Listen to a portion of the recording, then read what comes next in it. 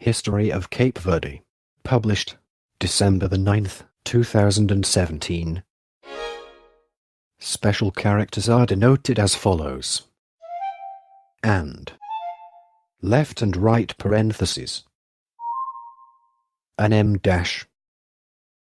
The recorded history of Cape Verde begins with Portuguese discovery in 1456. Possible early references go back around 2,000 years.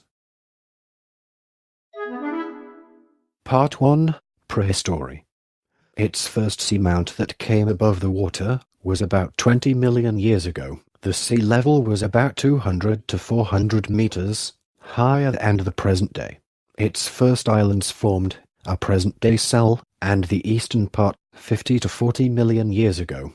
The western part were formed later, including São Nicolau, as early as 11.8 million years ago, São Vicente, 9 million years ago, present-day Santiago and Fogo 4 million years ago, and Brava, 3 to 2 million years ago.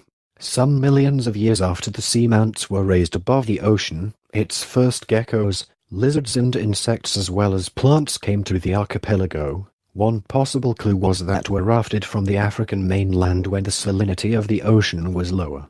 The archipelago had a couple of large volcanic eruptions recorded through geology, including Praia Grande 4.5 million years ago, São Vicente possibly modern-day Porto Grande 300,000 years ago, Topo da Coroa 200,000 years ago, and the last one east of modern-day Fogo 73,000 years ago that inundated coastal Santiago Island and possibly Brava and a part of Barlavento Islands. During the last ice age, the sea level dropped to about 130 meters below its current level. Its islands were slightly larger, with the northwest island, present-day Santo Antão, was a kilometer northwest of the island. Boa Vista and Maio were one single island, and there was another island named Nola, Ilha da Nola, northwest of Santo Antão that was about 80 to 90 meters tall. Before the end of the Ice Age, the eastern island, Ilha Occidental, split into 3 islands. One would be submerged and is now the João Valente Reef. The Canal de São Vicente were widened to 12 kilometers distant from Santo Antão. Nola Island submerged and again became a seamount, and the east of the northwest island were broken up into São Vicente, the smaller Santa Luzia, and the 2 islets of Branco and Raso. Part 2. Possible classical references. Cape Verde may be referred to in the works De Choreographia by Pomponius Mela and Historia Naturalis by Pliny the Elder. They called the islands Gorgades in remembering the home of the mythical Gorgons killed by Perseus and afterwards in typically ancient euhemerism interpreted against the written original statement as the site where the Carthaginian Hanno the navigator slew 2 female gorillae and brought their skins into the temple of the female deity Tanit, the Carthaginian Juno, in Carthage. According to Pliny the Elder, the Greek Xenophon of Lampsacus states that the Gorgades, Cape Verde, are situated 2 days from Hesperus, today called Cap Verde, the westernmost part of the African continent. According to Pliny the Elder and his citation by Gaius Julius Solinus, the sea voyage time from Atlantis crossing the Gorgades to the islands of the Ladies of the West, Hesperides, is around 40 days.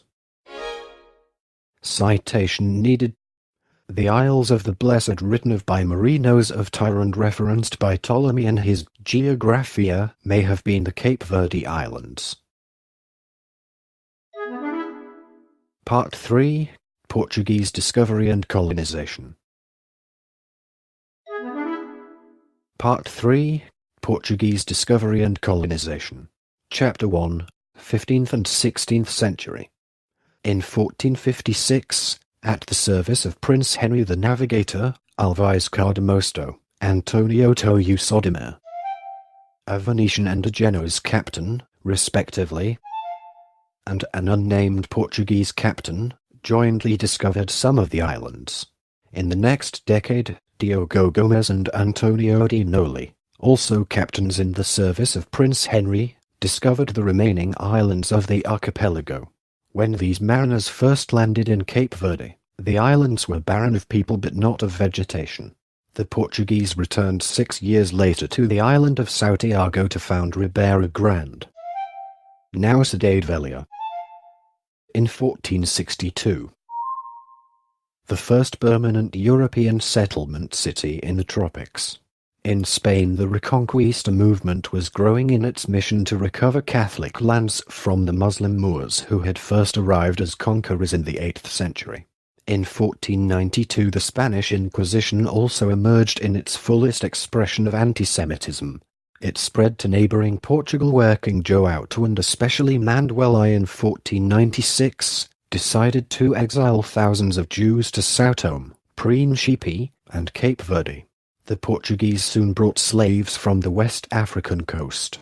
Positioned on the great trade routes between Africa, Europe, and the New World, the archipelago prospered from the transatlantic slave trade in the 16th century.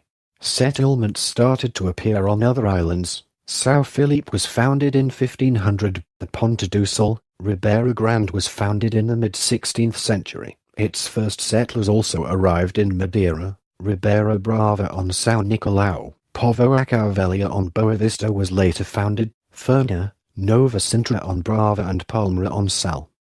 The island's prosperity brought them unwanted attention in the form of a sacking at the hands of pirates.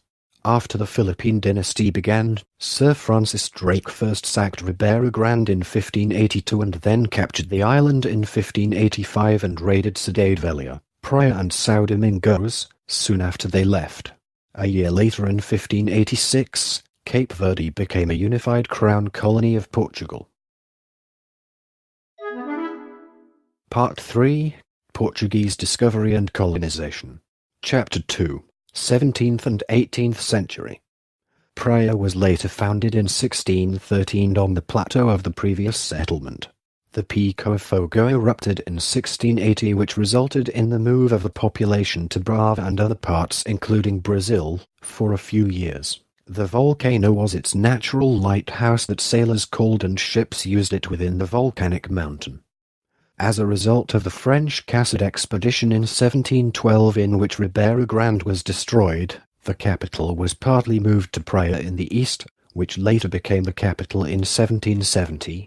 By 1740, the island was a supply point for American slave ships and whalers. This started an all-male immigration to the American colonies.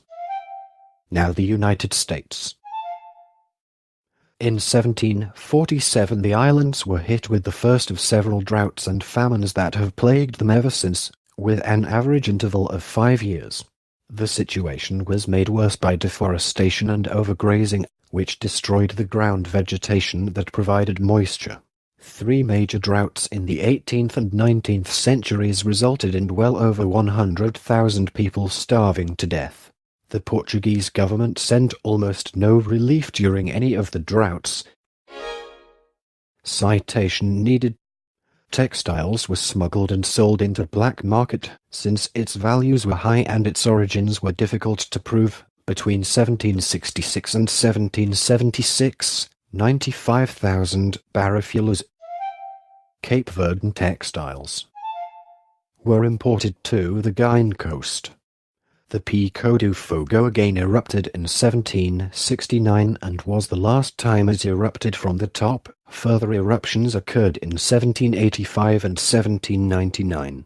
Another famine started 1774, which 20,000 people starved, as Brava and Fogo were affected. Fogo's population dropped from 5,700 to 4,200 in around 1777.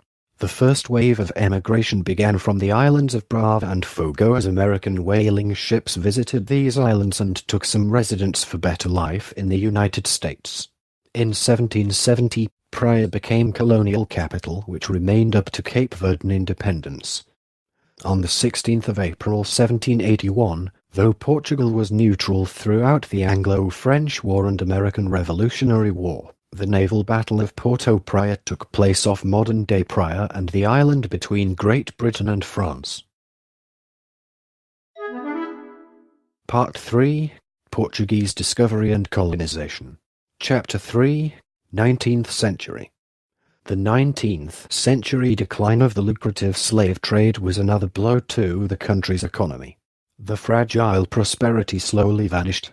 Cape Verde's colonial heyday was over. It was around this time that Cape Verdeans started emigrating to New England.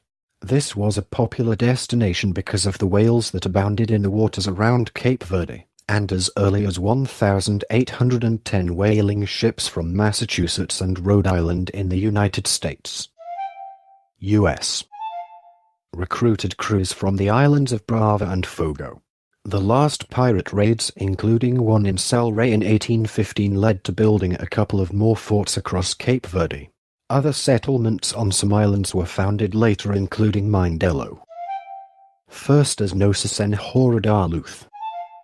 In 1795, Pedro de Luma on Sal in 1799, and Santa Maria at the start of 1830 on the same island. The colonial capital Praia underwent modernization in 1822, which expanded the plateau towards the north. After Portugal lost Brazil, the British used Mindelo for coal refueling for ships, and the city flourished in 1838, and attempts on moving the colonial capital from Praia were made. First a plan to move to Picos in 1831. At the time another famine struck Cape Verde. Then in 1838, Mindelo. Many people do not want to move the colonial capital. The capital stayed in Praia. Fogo erupted for the last times in the 19th century in 1847, 1852 and 1857. Mindelo grew as a result of ship refueling. 2 submarine telegraph cables were linked in 1874 to Pernambuco, Brazil. Gory Brothers later opened, another connected to Cameroon via Bathurst, now Banjul. The Gambia in 1885, Mindelo became the most used transatlantic telegraph station for some time in 1912. A total of 669 ships were refueled each year at the port. It reached to 1,927 ships a decade later, and then when gasoline fuel was started to be used, especially boats, it never rivaled with the ports of Las Palmas of the Grand Canary or nearby Dakar in Senegal. The usage of coal dropped, which led to a coal strike in 1912 due to insufficient work. When the Great Depression began in 1930, ship activity ended. Slavery was disappearing in Cape Verde. The first was São Vicente, then São Nicolau, Santo Antão, Boa Vista in 1867. The same time slave trade ended. Later slavery ended throughout Cape Verde. Part 3, Portuguese Discovery and Colonization. Chapter 4, 20th Century. At the end of the 19th century, with the advent of the ocean liner, the island's position as transatlantic shipping lanes made Cape Verde an ideal location for resupplying ships with fuel, imported coal, water and livestock. Because of its excellent harbor, Mindelo, on the island of São Vicente, became an important commercial center during the 19th century. Mainly because the British used Cape Verde as a storage depot for coal which was bound for the Americas. The harbour area at Mindelo was developed by the British for this purpose. The island was made a coaling and submarine cable station, and there was plenty of work for local labourers. This was the golden period of the city, where it gained the cultural characteristics that made it the current cultural capital of the country. During World War II, the economy collapsed as the shipping traffic was drastically reduced. As the British coal industry went into decline in the 1980s, this source of income dried up, and Britain had to abandon its Cape Verdean interests, which ended up being the final strike to the highly dependent local economy.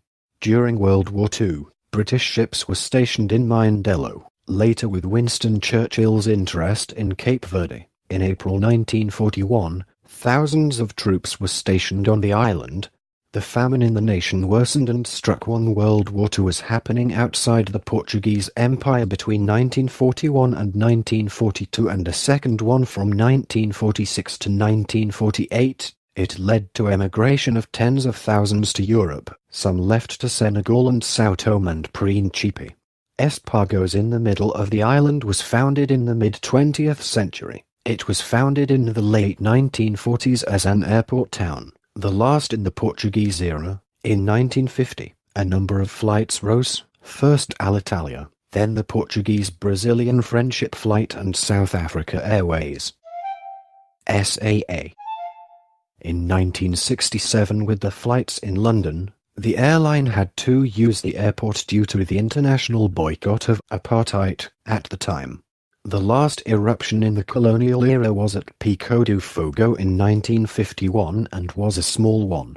In 1952, the Portuguese government planned to transfer over 10,000 settlers to the island of São Tomé and Príncipe, that time another Portuguese colony, to work in plantations instead of the Foros.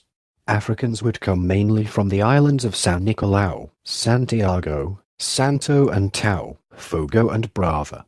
During the time that the two colonies became independent, many left to Europe and the United States, a few returned to Cape Verde. After, the Cape Verdean population would be moved to the nearby island of Príncipe. Many Cape Verdean descendants, some with another descendant, became elemented into the Príncipe Creole society. In the lead-up to and during the Portuguese colonial war, those planning and fighting in the armed conflict in Portuguese Guinea often linked the goal of liberation of Guinea-Bissau to the goal of liberation in Cape Verde. For instance, in 1956, Amilcar and Luis Cabral founded the African Party for the Independence of Guinea and Cape Verde. Part 3. Portuguese Discovery and Colonization. Chapter 5. Independence Movement. Although the Cape Verdeans were treated badly by their colonial masters, Portuguese treatment of Cape Verdeans was distinct from their treatment of other colonized regions, and the people of Cape Verde fared slightly better than Africans in other Portuguese colonies because of their lighter skin. A small minority received an education, and Cape Verde was the first African Portuguese colony to have a school for higher education. By the time of independence, a quarter of the population could read, compared to 5% in Portuguese Guinea. Now Guinea-Bissau. This largesse ultimately backfired on the Portuguese, however, as literate Cape Verdeans became aware of the pressures for independence building on the mainland, while the islands continued suffering from frequent drought and famine, at times from epidemic diseases and volcanic eruptions, and the Portuguese government did nothing. Thousands of people died of starvation during the first half of the 20th century. Although the nationalist movement appeared less fervent in Cape Verde than in Portugal's other African holdings, the African Party for the Independence of Guinea and Cape Verde, PAIGC, acronym for the Portuguese, the Partido Africano da Independencia da Guiana e Cabo Verde, was founded in 1956 by Amilcar Cabral and other Pan-Africanists, and many Cape Verdeans fought for independence in Guinea-Bissau.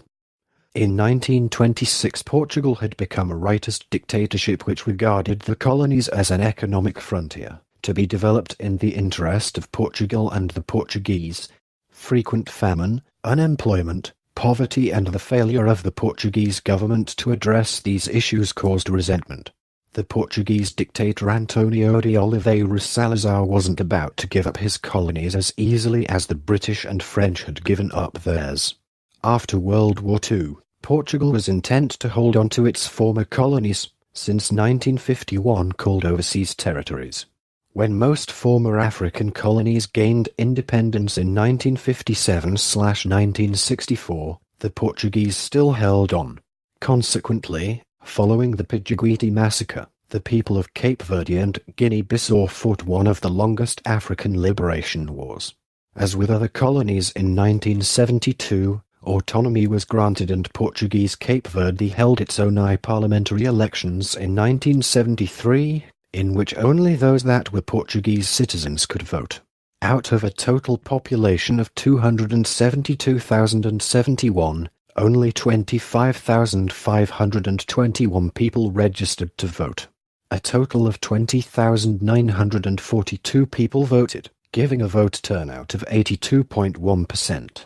As the Portuguese constitution banned political parties at the time, the majority of candidates were put forward by the ruling People's National Action Movement, although some civic associations were allowed to nominate candidates. After the Carnation Revolution on April 25, 1974, Cape Verde became more autonomous but continued to have a governor from overseas. Later that post would become High Commissioner. Widespread unrest forced the government to negotiate with the PAIGC, and agreements for an independent Cape Verde were on the table. Pedro Paes returned to Praia on October 13 after being exiled for over a decade. After his return, Portugal signed the 1975 Algiers Agreement. On July 5, at Praia, Portugal's Prime Minister Vasco Gonçalves turned over power to National Assembly President Abilio Duarte. Thus the colonial history of Cape Verde ended when Cape Verde became independent. However, there was no armed conflict in Cape Verde, and ultimately independence for Cape Verde resulted from negotiation with Portugal. Part 4. Post-Independence. 1975.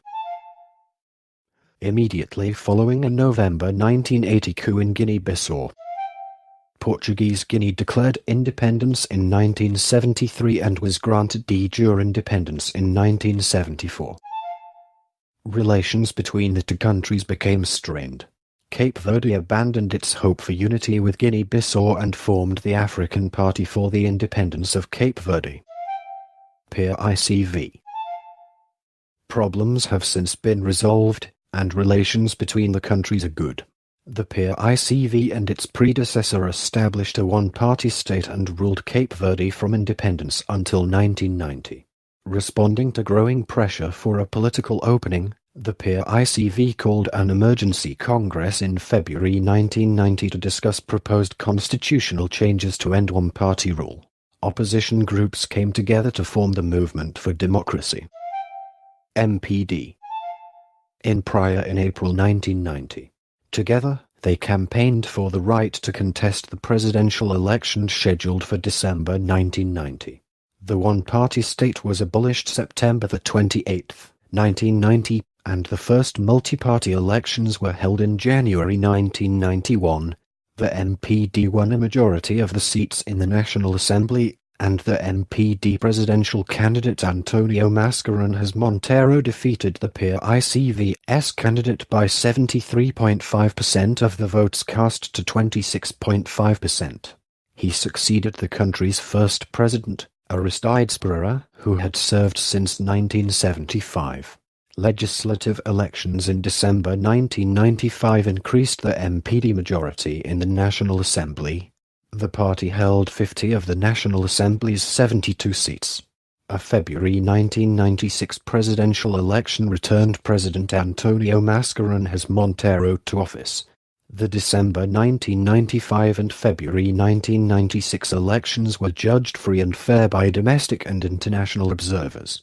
In the presidential election campaign of 2000 and 2001, two former prime ministers, Pedro Paes and Carlos Veiga, were the main candidates. Paes was the prime minister during the PAICV regime, while Veiga served as prime minister during most of Monteiro's presidency, stepping aside only when it came time for campaigning. In what might have been one of the closest races in electoral history, Paes won by 12 votes, he and Veiga each receiving nearly half the votes. This recording is a derivative work from Wikipedia.